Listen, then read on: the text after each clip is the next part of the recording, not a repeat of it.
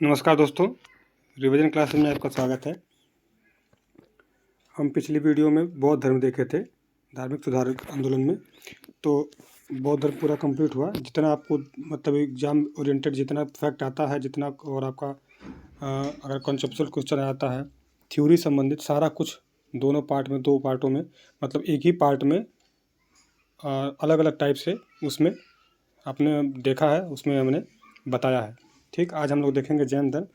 अगर वीडियो अच्छी लगती है तो ज़्यादा से ज़्यादा शेयर करें। अगर पीडीएफ चाहिए तो नीचे डिस्क्रिप्शन बॉक्स में टेलीग्राम लिंक है, उसमें जुड़ें और दोस्तों से शेयर करें, सब्सक्राइब करें, लाइक करें, कमेंट करें।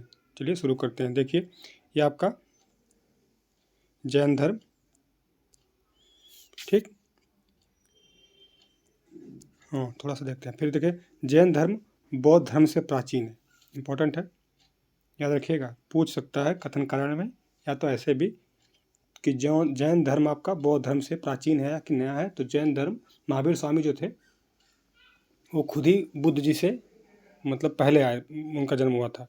तो और जो ऋषभ देव थे उनका सदियों पहले उनके जन्म बताया जाता है। तो बौद्ध धर्म जो है, जैन धर्म जो बौद्ध धर्म से प्राचीन है, इसमें जो 24 तीर्थंकर हुए थे, 24 तीर्थंकर। ठीक, जिसमें से महावीर स्वामी इसके वास्तविक संस्थापक माने जाते हैं, याद रखिएगा।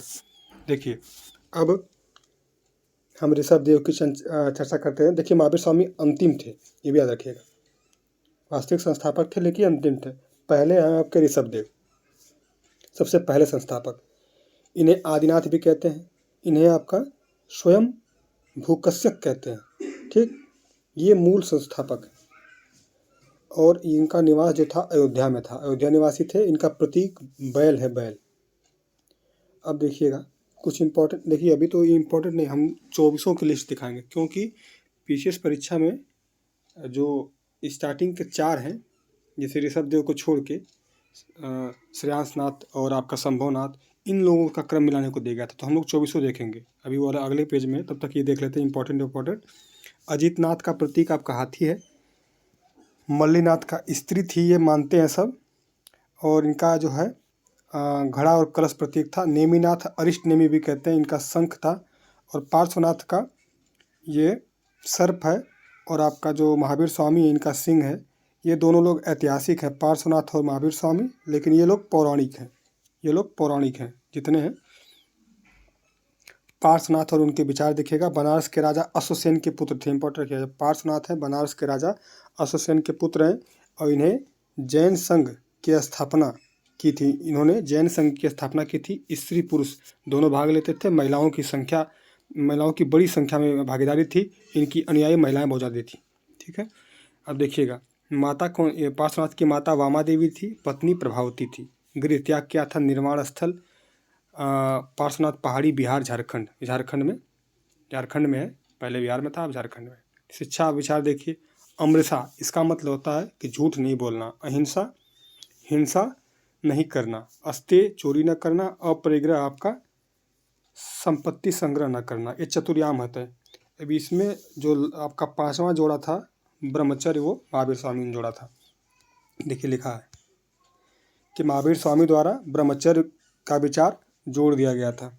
ठीक है, इसके बाद पंच महाव्रत, जब ब्रह्मचर्य जोड़ा गया तो इन 5 को, जैसे ये 4 हैं, इसमें ब्रह्मचर्य प्लस ब्रह्मचर्य जोड़ दिया गया, तो इसे पंच महाव्रत कहा गया।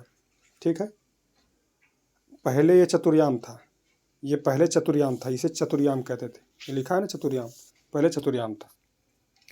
देखिए अब क्या है कि जैन धर्म में इसके पालन पर जोर दिया गया है, बहुत इंपॉर्टेंट है। ब्रह्मचर्य के पालन पर जोर दिया गया है। देखते हैं आगे, थोड़ा महावीर स्वामी के बारे में जानेंगे। इनका नाम वर्धमान, इन्हें निग्रंथ कहते थे कि वस्त्र नहीं पहनने के कारण इन्हें निग्रंथ कहते थे।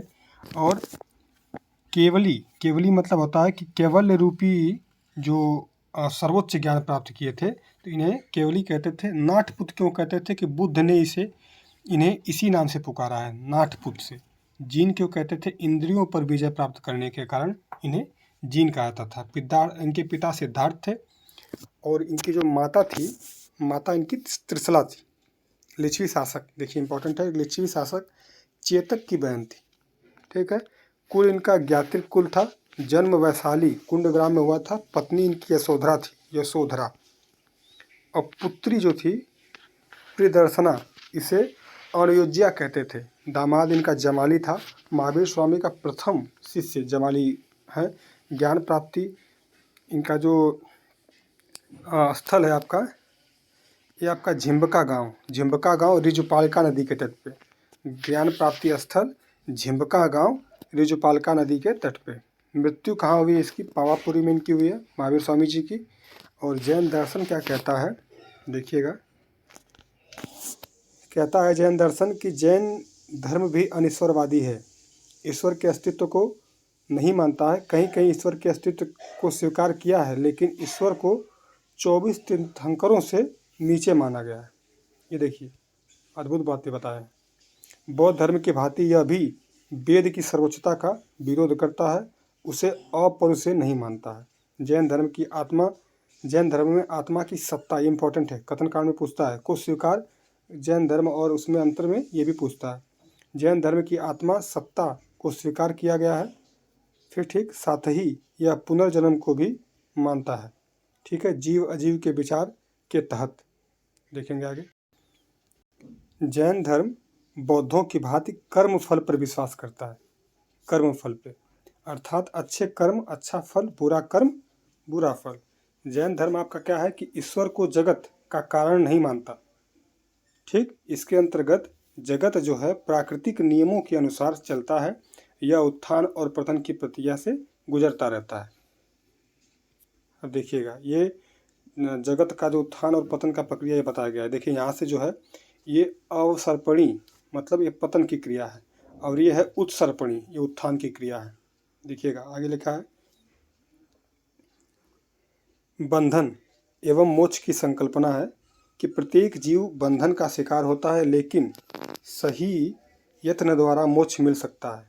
ठीक है, अब सही यत्न क्या है? जो मोक्ष की प्राप्ति के लिए है, ये है संवरा आंशिक मोक्ष और निर्जरा जो है पूर्ण मोक्ष।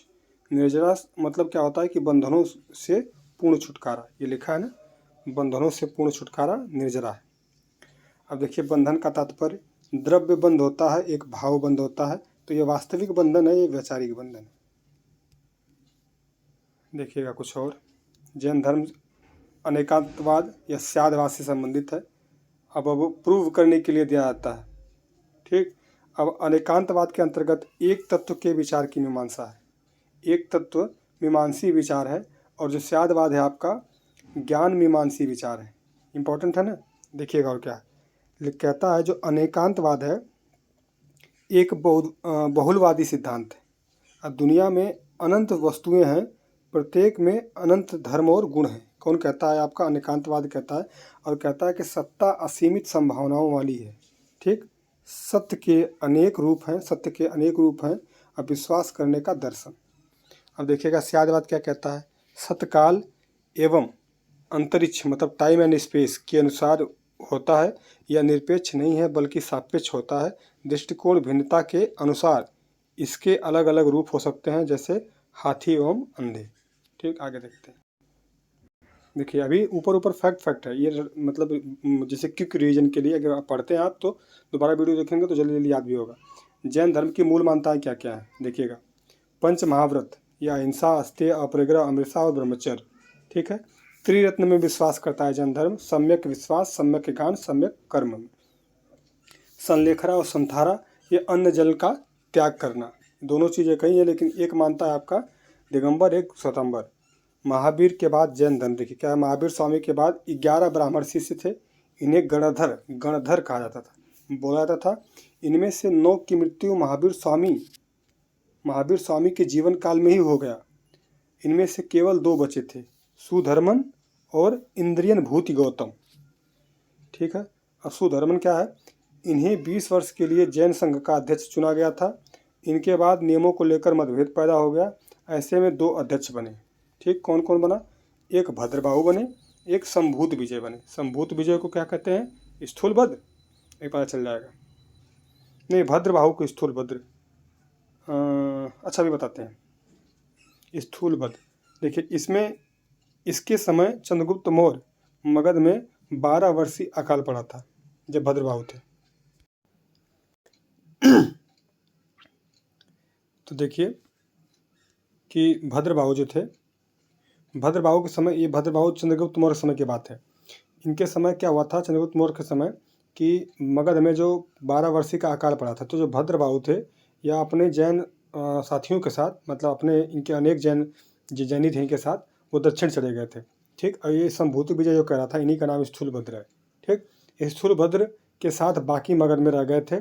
जब ये अकाल के बाद वापस आए थे, तो इन दोनों में, भद्रबाहु में संभूति विजय, मतलब भद्रबाहु में स्थूलभद्र में अधिक मतभेद बढ़ गया और जैन धर्म आपका 2 भागों में विभाजित हो जाता है। ठीक है, जब विभाजित होता है तो आपका देखिए 2 संगीति होती है, जैन संगीति, जैन परिषद कहिए। इसका स्थान पाटलिपुत्र 297 BC। ठीक है, और चंद्रगुप्त मौर्य शासक था उस समय, और स्थूलभद्र अध्यक्ष थे।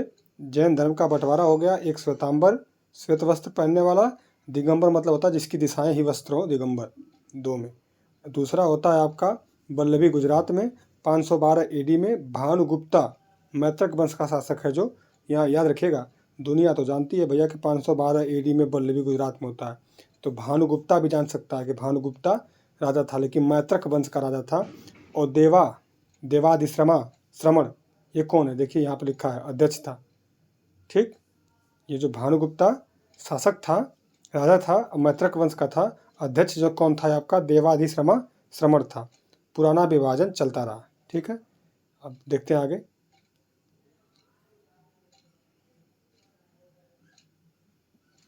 अरे यार, 1 मिनट रुकिएगा।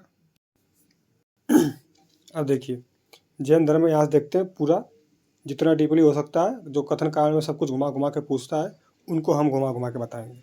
आप लोग भी घुमा घुमा के देखिए कि जैन धर्म, अब ये धार्मिक सुधार क्यों था। वैदिक कर्मकांडी व्यवस्था में सुधार करना, पशु बलि और मानव बलि यज्ञ आदि का, ये सब जितनी भी कुप्रथाएं बढ़ गई थी, उनके सुधार कर धार्मिक आंदोलन शुरू हुआ था। एक आपका ब्रीफ है ये। वर्ण व्यवस्था में सुधार हेतु छुआछूत समाप्त करना, अंधविश्वास को समाप्त करना।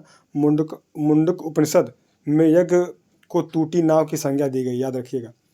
ईस्वी पूर्व की 6ठी शताब्दी विश्व में धर्म सुधार आंदोलन का नाम से जाना जाता है।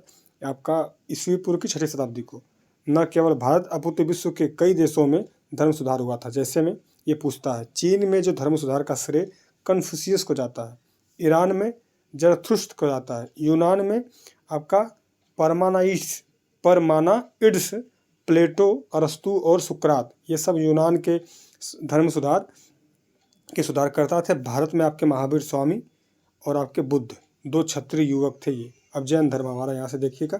जैन शब्द जिन शब्द से बना है, जिसका अर्थ होता है विजेता। ठीक, 24 तीर्थंकर होते हैं। इनका अर्थ, तीर्थंकर का अर्थ जो होता है कि पार उतरने वाला, या जैन संतों को ही तीर्थंकर कहा जाता है, जैन संतों को। अब मैं कहा था आपको कि 24 तीर्थंकरों के नाम बताएंगे। देखिएगा, ऋषभ देव जो है, इन्हें आदिनाथ कहते हैं, संस्थापक थे, मूल संस्थापक। वास्तविक आपके महावीर स्वामी है। इनका जो ऋषभ है प्रतीक है। अजीतनाथ 2nd नंबर पे आते हैं, क्रम लिखा है, क्रम। इनका जो है प्रतीक गज है। संभवनाथ है, इनका प्रतीक अश्व है। तो ऋषभ के बाद अजीत आते हैं, फिर संभव आते हैं, फिर अभिनंदन नाथ आते हैं, इनका जो है कपि। ठीक है, तो ऋषभदेव, अजीतनाथ, संभवनाथ, अभिनंदन, धर्मनाथ को क्या कहते हैं, सुमतिनाथ, इनका क्रोच था प्रतीक। पद्म प्रभु आते हैं 6वें नंबर पे, पद्म इनका प्रतीक था। 7वें नंबर पे सुपार्श्वनाथ, स्वास्तिक प्रतीक है। 8वें नंबर पे चंद्र प्रभ, इन्हें सुविधिनाथ कहते हैं, सुविधिनाथ, इनका जो प्रतीक मकर है। 9वें नंबर पे पुष्पदंत है। फिर आते हैं 10वें नंबर पे, 10वें नंबर पे शीतलनाथ, 11वें नंबर पे श्रेयांसनाथ, 12वें नंबर पे वासपूज्य, इन्हें कहते हैं पूज्यनाथ। 13वें नंबर पे विमलनाथ, 14वें पे आपके अनंतनाथ, अनंत नाम है, अनंत, ये नया लिखा है, मिट गया यहाँ पे, अनंतनाथ। ठीक है, 15वें नंबर पे धर्मनाथ, 16वें पे शांतिनाथ, इनका प्रतीक मृग है। 17वें पे कुंथुनाथ, 18वें पे अरानाथ, अरनाथ है, अरनाथ लिखा है, अरनाथ है वो। ठीक है, अरनाथ। फिर आपका 19वें पे मल्लीनाथ, कलश है इनका प्रतीक, चिन्ह। और 20वें पे मुनि सुब्रत, 21वें पे नेमिनाथ, इन्हें नीलोत्पल इनका है, नीलोत्पल मतलब प्रतीक। अरिष्ट नेमी है आपका 22वें नंबर पे शंख है प्रतीक। पार्श्वनाथ है 23वें नंबर पे। नागफन या सर्प, सर्पफन या सर्प समझिए इनका है। और आपका 24वें नंबर पे महावीर स्वामी है, वास्तविक संस्थापक कहते हैं। सिंह इनका चिन्ह है, प्रतीक चिन्ह है। ऋषभदेव के बारे में थोड़ा जान लीजिए। आदिनाथ दो जैन तीर्थंकर ऋषभदेव और अरिष्टनेमी का उल्लेख ऋग्वेद में मिलता है। यही पूछा है क्वेश्चन कि ऋषभदेव का उल्लेख जो है किस वेद में मिला है, तो ऋग्वेद में मिला है। नोट कर लीजिए। ऋषभदेव का उल्लेख जो है यजुर्वेद में भी मिलता है। ठीक, तो भगवत पुराण व विष्णु पुराण में ऋषभदेव का उल्लेख नारायण विष्णु के अवतार के रूप में मिलता है। देखिए कितनी गजब की बात है, भगवत पुराण और विष्णु पुराण में। ऋषभदेव का जन्म जो था अयोध्या में हुआ था, ये तो ऊपर देखे हैं। इनके पिता का नाम नाभिदेव, इक्ष्वाकु वंश क्षत्रिय के राजा थे, इक्ष्वाकु वंश। माता इनकी मारुदेवी, पत्नियां यशावती और सुनंदा। पुत्र इनके 100, 2 पुत्रियां, 100 पुत्र हैं। इनका सबसे प्रतापी पुत्र भरत, जो कि प्रतापी राजा बना। दूसरा पुत्र बाहुबली, जिसकी श्रवणबेलगोला में पूजा होती है, जिनकी मूर्ति लगी है, 12 वर्ष की पूजा होती है। पार्श्वनाथ 23वें तीर्थंकर हैं। पिता इनके अश्वसेन काशी बनारसी राजा के पुत्र थे। माता इनकी वामा देवी 30 वर्ष की आयु में गृह त्याग करते हैं। 83 दिन की तपस्या के बाद 84वें दिन इन्हें सम्मेद पर्वत, जो झारखंड में है, पर ज्ञान प्राप्ति होती है। पार्श्वनाथ ने 4 शिक्षाएं दी थी, 4। कौन कौन सी? अहिंसा, सत्य, आस्तेय और अपरिग्रह। अमृषा जो था ना, अमृषा की जगह क्या लिख गया? सत्य। तो ये आसान भाषा में, इसमें महावीर स्वामी जी ब्रह्मचर्य जोड़ देते हैं। बज्जी संघ के राजा सिद्धार्थ पार्श्वनाथ के शिष्य थे। देखिएगा कितनी जबरदस्त बात है कि जो बज्जी संघ के राजा थे पार्श्वनाथ, सॉरी सिद्धार्थ पार्श्वनाथ के शिष्य थे। ठीक है, जैन धर्म में पार्श्वनाथ के शिष्यों को निर्ग्रथ कहा गया है, निर्ग्रथ कहा गया है। ठीक है, निर्ग्रथ का मतलब बंधनों से मुक्त। ठीक, और ये क्या है, जो सिद्धार्थ हैं वो जात्रिक गण के मुखिया हैं। पार्श्वनाथ महावीर से 250 वर्ष पूर्व हुए थे। महावीर 540 ईसा पूर्व से आपका 468 ईसा पूर्व, या कहीं कहीं देता है 599 ईसा पूर्व से 527 ईसा पूर्व। ठीक, लेकिन एनसीईआरटी पहले लिखती थी ये वाला, अब चेंज करके ये वाला कर दिए। याद रखिएगा 540 से 468। बचपन का नाम इनका वर्धमान। पिता इनके सिद्धार्थ, जात्रिक गण के मुखिया। माता त्रिशला, चेतक लिच्छवी वंश की बहन थी, चेतक की बहन थी लिच्छवी वंश का। पत्नी यशोदा और पुत्री प्रियदर्शना। गृह त्याग 30 वर्ष की आयु में नंदीवर्धन की आज्ञा लेकर तपस्या के 13वें वर्ष जिम्भिक ग्राम में ऋजुपालिका नदी के किनारे साल के वृक्ष, देखिए महात्मा बुद्ध का कौन सा वृक्ष था, कमेंट बॉक्स में छापिए, नीचे कैवल्य ज्ञान की प्राप्ति हुई थी। इसी दिन वर्धमान निम्न नामों से जाने गए थे। जिस दिन ज्ञान की प्राप्ति हुई तो उनको अलग अलग नामों से जाना गया। अब कौन से नाम? देखिए, कैवलिन कहा गया इनको, कैवल प्राप्त हो गया था तो कैवलिन। जिन कहा गया, जिन मतलब विजेता होता है। महावीर कहा गया, महावीर मतलब महान है जो वीर। इन्हें निर्ग्रंथ कहा गया, बंधनों से मुक्त। जितेंद्रिय कहा गया, जीत लिया हो जिसने इंद्रियों को या इंद्रियां। अरहत कहा गया, इसका मतलब होता है पूज्य। बौद्ध ग्रंथों में इन्हें निगुंठनाथ पूत कहा गया है, मतलब कि बौद्ध जी ने कहा। ज्ञान प्राप्ति के बाद अपना पहला उपदेश राजगिरी के निकट विपुल चुल की पहाड़ी में पर दिया था। याद रखिएगा, विपुल चुल की पहाड़ियों पे। ठीक, प्रथम शिष्य इनके दामाद थे जमाली। वही उन्हें कोई ना मिले तो उन्हीं को बना लो, मतलब मजाक है। जमाली इनके प्रथम शिष्य थे। प्रथम महिला शिष्या चंपा नरेश दधिवाहन की पुत्री चंदना थी, चंदना। ठीक, अब देखिएगा लिखा है कि अपने शिष्यों को, जो 11 शिष्य थे, 11 गणधरों में विभाजित कर दिया था। ठीक, इनके शिष्य थे 11 गणधरों में विभाजित कर दिया था। महावीर की मृत्यु के बाद आर्य सुधर्मण एकमात्र ऐसा गणधर था जो जीवित रहा। अतः उन्हें जैन धर्म का प्रथम थेरा या उपदेशक कहा जाता है। ठीक है, निर्वाण मोक्ष मृत्यु इनके समय में ही 9 मर जाते हैं, 2 बचते हैं, लेकिन लास्ट में ये आपका सुधर्मण बचते हैं, क्योंकि सुधर्मण के बारे में पीछे हम लोग देख चुके हैं। सुधर्मण में ही बचते हैं तो उन्हें ही आपका थेरा का था, थेरावाद। थेरावाद संबंधित किससे है? आपका जैन धर्म से। निर्वाण मोक्ष मृत्यु 400 मतलब कि महावीर स्वामी जी का 468 ईस्वी पूर्व में पावापुरी में, वर्तमान पोखरपुर बिहार में हुआ था। जैन धर्म की शिक्षाएं क्या हैं? अणुव्रत, अणुव्रत 4 इनको मिले। अहिंसा, मन वचन कर्म से किसी के साथ हिंसा नहीं करना, सत्य केवल सत्य ही बोलना, आस्तेय चोरी नहीं करना, अपरिग्रह अधिक संपत्ति का संचय नहीं। 5वां ब्रह्मचर्य, मन के आवेग संवेग पर नियंत्रण। ब्रह्मचर्य मतलब मन के आवेग और आपका संवेग पर नियंत्रण, ठीक है। और जो 5वां महावीर स्वामी द्वारा दिया गया है, ठीक। 4 आपके पार्श्वनाथ द्वारा। जैन धर्म आत्मा में विश्वास, पुनर्जन्म में विश्वास, निर्वाण मोक्ष मतलब क्या होता था कि दीपक का बुझ जाना। निर्वाण प्राप्ति हेतु 3 क्रियाएं का उल्लेख किया है। किसने किया है? जैन धर्म ने। अगर निर्वाण प्राप्ति करनी है तो 3 क्रियाओं का उल्लेख दिया है। किसने? जैन धर्म ने। कौन कौन सी क्रियाएं? एक आस्त्रव देते हैं, संवर और निर्जरा, संवरा कहते हैं, ठीक। आस्त्रव, संवरा और निर्जरा। तो कर्मों का आत्मा की ओर प्रवाह, जैसे कर्म करते हैं तो कर्मों का आत्मा की ओर प्रवाह, यह आस्त्रव कहलाता था। संवरा, कर्मों के प्रवाह को रोकना, ठीक। और आपका निर्जरा क्या था? आत्मा पर जमे प्रभाव को हटाना, ठीक। आत्मा पे कोई प्रभाव है उसको हटाना। वेद में विश्वास नहीं करते थे और एक ईश्वर में विश्वास करते थे। आत्मा की उन्नति, ये लिखा ना, आत्मा की उन्नति हेतु 3 सिद्धांत दिए थे कि आत्मा की आपकी उन्नति हो जाए, आत्मा आपकी पाक रहे, नापाक रहे।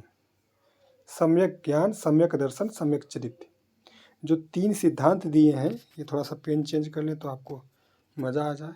ये त्रिरत्न कहा गया इसे, 3 सिद्धांत को। सम्यक ज्ञान का मतलब क्या होता था कि ज्ञान अभाव के कारण व्यक्ति काम, क्रोध, लोभ, मद, मोह के जाल में फंस जाता है। नैना लड़ जाते हैं तो फंस जाता है, ठीक। सम्यक दर्शन का मतलब क्या होता है कि जैन तीर्थंकरों के उपदेशों में विश्वास, ये सम्यक दर्शन के अंतर्गत आता है। सम्यक चरित्र के अंतर्गत ज्ञान को जीवन में उतारना, ठीक। 5 अणुव्रतों का पालन करके क्या होता था कि जैन अनुयायी के 4 भागों में विभाजित किया गया था। कैसे कैसे? एक भिक्षुक होते थे, भिक्षुणी होते थे, श्रावक होते थे, श्रावकी होते थे। 5 जो अणुव्रतों का पालन करने वाले थे, ठीक, वो आजीवन ब्रह्मचर्य का पालन करते थे, ठीक। और जो श्रावक श्रावती होते थे वो केवल 4 अणुव्रतों का पालन करते थे। गृहस्थ जीवन यापन मतलब ब्रह्मचर्य का पालन नहीं करते थे, अपना जीवन में मौज मस्ती। जैन संगीति, प्रथम संगीति लगभग 300 ईसा पूर्व, ठीक है, पाटलिपुत्र में, वही 297 चंद्रगुप्त मौर्य के शासनकाल में।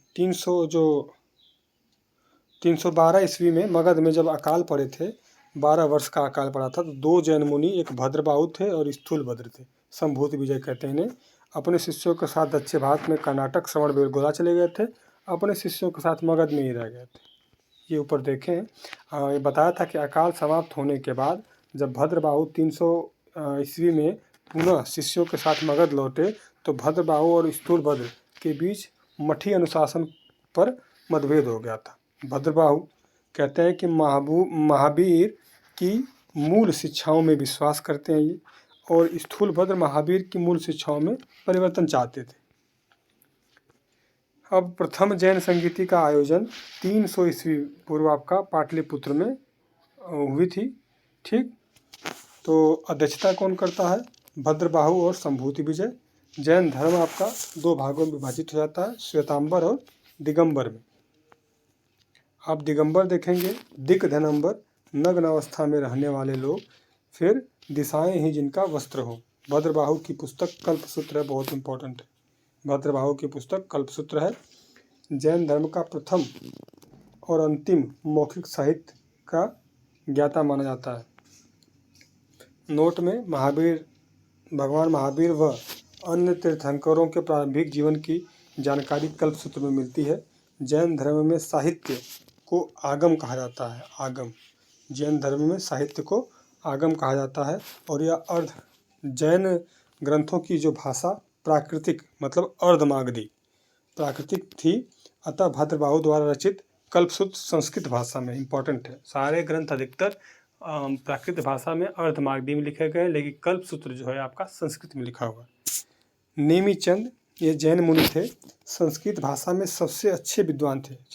नेमीचंद्र जो है जैन मुनि संस्कृत भाषा के सबसे अच्छे विद्वान थे। जैन धर्म में जो नेमीचंद्र है इनका द्रव्य संग्रह इनका रचना है। और जैन धर्म में अनेकांतवाद का सिद्धांत प्रचलित है। श्वेतांबर के बारे में देखते हैं। श्वेत धनांबर सफ़ेद वस्त्र धारण करने वाले स्थूलभद्र। अब देखिएगा स्यादवाद और सप्तभंगी सिद्धांत क्या होता है। जैन धर्म में प्रत्येक वस्तु को 7 प्रकार से कह सकते हैं। ये 7 रूप होते थे, इसे स्यादवाद कहते थे। देखिएगा कितनी खतरनाक है। आप भी शायद है, शायद नहीं है, शायद है और शायद नहीं है, शायद है कहा नहीं जा सकता है, शायद है किंतु कहा नहीं जा सकता है, शायद नहीं है और कहा नहीं जा सकता है, शायद है नहीं है और कहा नहीं जा सकता है। इस शब्द संज्ञे ज्ञान को अनेकांतवाद भी कहते हैं। कहेंगे शायद है, शायद नहीं है, शायद है और शायद नहीं है, इसी में कंफ्यूज हो जाएंगे हम लोग। चलिए आगे देखते हैं। अन्य महत्वपूर्ण तथ्य के अंतर्गत है कि द्वितीय जैन संगीति का आयोजन 512 में वल्लभी गुजरात में हुआ था। इस जैन संगीति की अध्यक्षता क्षमा श्रवण देवदर्धिणी, दोनों नाम याद रखेगा, के द्वारा की गई थी। ठीक है। और महावीर ने अपने उपदेश प्राकृतिक भाषा में दिए हैं। ठीक। और ये जो राजा कौन था इस समय जब क्षमा श्रवण ने अध्यक्षता की थी, मैत्रक वंश का था। राजा का नाम कमेंट बॉक्स में छापिए। श्रवणबेलगोला कर्नाटक में स्थित गोमतेश्वर भद्रबाहु की मूर्ति का निर्माण गंगवंश के शासक चामुंडा राय के द्वारा 57 फीट ऊंची प्रतिमा बनाई गई थी। प्रत्येक 12 वर्ष अभिषेक किया जाता है, पूजा होती है। ठीक है।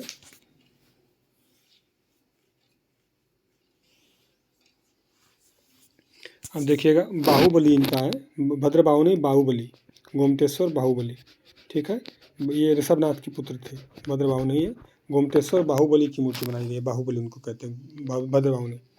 खजुराहो के जैन मंदिरों का निर्माण चंदेल शासकों द्वारा भगवान, देखिए देखिए इसमें खजुराहो के जो जैन मंदिर हैं इनका जो निर्माण करवाया चंदेल शासक करवाए हैं।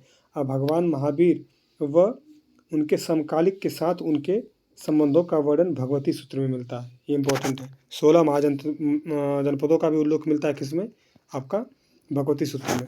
जैन धर्म के 8 जो शुभ चिन्ह माने जाते हैं, जिन्हें हम अष्टमंगल कहते हैं। ये 8 शुभ चिन्ह क्या क्या है? स्वास्तिक है, शीशा है, कलश है, लकड़ी है, लकड़ी की गद्दी।